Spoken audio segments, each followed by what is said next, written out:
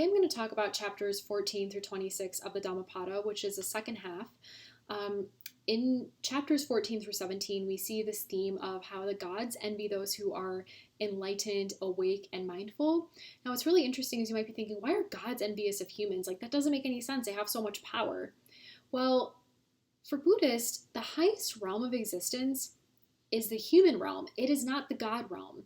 It's the human realm because humans have the ability to transcend reincarnation and get outside of a cycle of samsara, which is a cycle of birth and death and suffering. So gods envy that because they don't have that ability as gods. Humans have that ability. We all have this inner Buddha that needs to just be awakened through mindfulness and meditation and compassionate wisdom. And that's why it's always important to remember that as humans, we have the ability to be moderate, right? We have the ability to achieve this middle path, meaning it's the midpoint between excess and deficiency. If you're familiar with Aristotle's doctrine of the mean, it's kind of a similar idea. But there isn't necessarily going to be one mean for all of us. There isn't going to be, the middle path is going to look different, right? But it does have to do with, okay, there are some things I can enjoy about life. That's okay. We can't condemn ourselves for that, but we shouldn't solely live for that. And we can't falsely equivocate between who we are and our pleasures. So we have to be moderate and also let go of this egocentric thinking, meaning me, I, right? This idea that I'm the center of my universe and I should be the center of everyone else's universe, but that's not true, obviously. So we have to let go of this idea of I deserve this, you don't deserve this. So victory breeds hatred.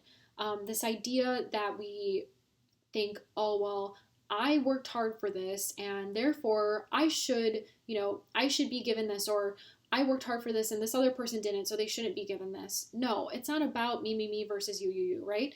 It's about trying to recognize how we are interconnected through suffering. And that applies to all living beings, not just humans, but also animals and plants, but especially sentient beings who are capable of feeling pain and pleasure, which is why some Buddhists are vegetarians, because they don't want to contribute to the suffering of non-human animals.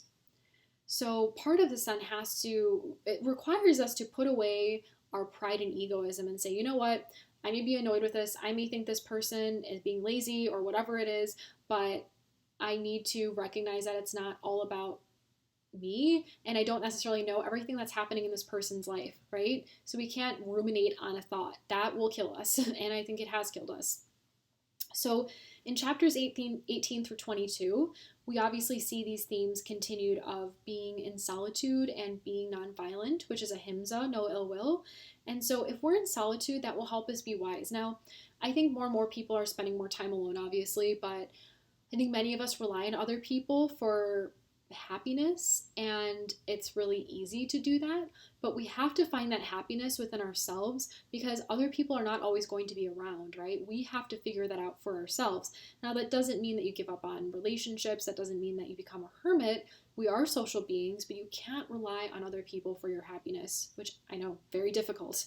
And that's why they say in the Dhammapada that life is easier for the hedonist, for the person who's always focusing on their pleasures, than it is for the modest person, right? It's a lot harder to be modest and embody the middle path than it is to be a hedonist, right? Just think about Instagram celebrities and influencers, right? They kind of embody this idea of hedonism and they are making a bunch of money for selling things, whereas a modest person isn't really going to do that well on Instagram, right? They're not going to really do well in a capitalist society because being modest is not really respected or celebrated in this culture.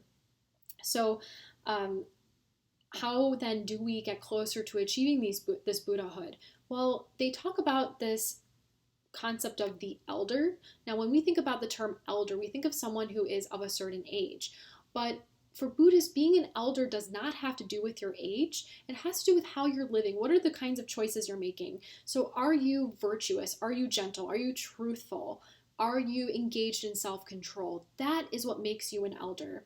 You have to recognize the impermanence of reality, right? That everything is changing constantly and that suffering is inevitable. It's going to happen. We're going to get sick. We're going to get old. We're going to die, right? So how do we better cope with these inevitable situations? And that's why they talk about how death comes easily or more intensely to someone who's distracted, and they compare it to a flood coming to a sleeping village, because if you're not prepared for something, it's going to come to you a lot more harshly. So if we are super attached to our bodies and to objects, then we're not going to have any of these after we die. So we're not prepared for death. If we are more detached from these objects, if we're detached from our bodies, if we recognize that it is impermanent and that our situation is impermanent, we're going to be a lot more prepared for death. We're going to realize, okay, these things can change, and when it does change, right, it's not going to be this kind of shock to the system that obviously many of us experience.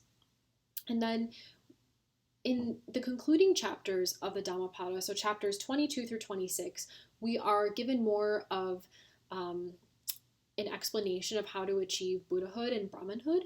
So again, it comes down to controlling your thoughts and actions.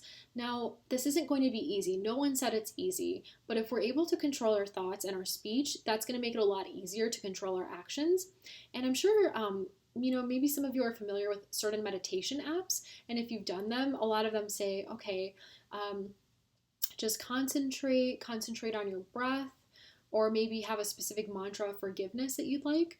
But if you have other thoughts, it's not the end of the world, right? So if you have thoughts that they're inevitably going to come in, then acknowledge it and realize, okay, I had this thought, and then move on instead of ruminating on it and hyper focusing on it. In one of the Discovering Buddhism videos that I put on our page, one of the Buddhist monks talks about how our minds are like a shaky glass of water, and when we don't have control over our thoughts, right, it's just kind of shaking everywhere, it's going crazy. But once we're able to engage in mindfulness, being fully present in the moment, and meditate and not let these thoughts consume us, when we're able to control our thoughts, then we are able to kind of embody that still glass of water, that, okay, this is still, I experience this thought, and I can move on. So it really comes down to controlling our thoughts, controlling how we react to situations that we can't control, detaching from your body and from egocentric thinking, right? Not thinking of ourselves as being equivalent to our bodies, but thinking of our bodies as just a temporary situation that we're in. And that will help us achieve Brahmanhood. Now, Brahmanhood is not necessarily the same thing as Buddhahood, but Brahmanhood is kind of on that path, right? It's a higher tier of our existence. And again, it's not about what you were born into, what caste you were born into. It's about your actions, right? It's about, are you renouncing yourself from this idea of egocentric thinking? Are you able to separate yourself from the world, right? Are you able to be mindful and practice compassion and wisdom?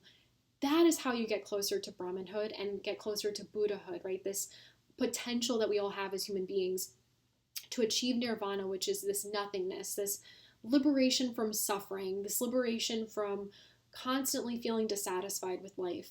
So there are obviously so many themes in the Dhammapada and in Buddhism, but I just wanted to talk about some of these major themes that reoccur throughout the Dhammapada. And I hope that it helped you kind of make sense of these passages, which I know can sound confusing, but they are so relevant for our lives.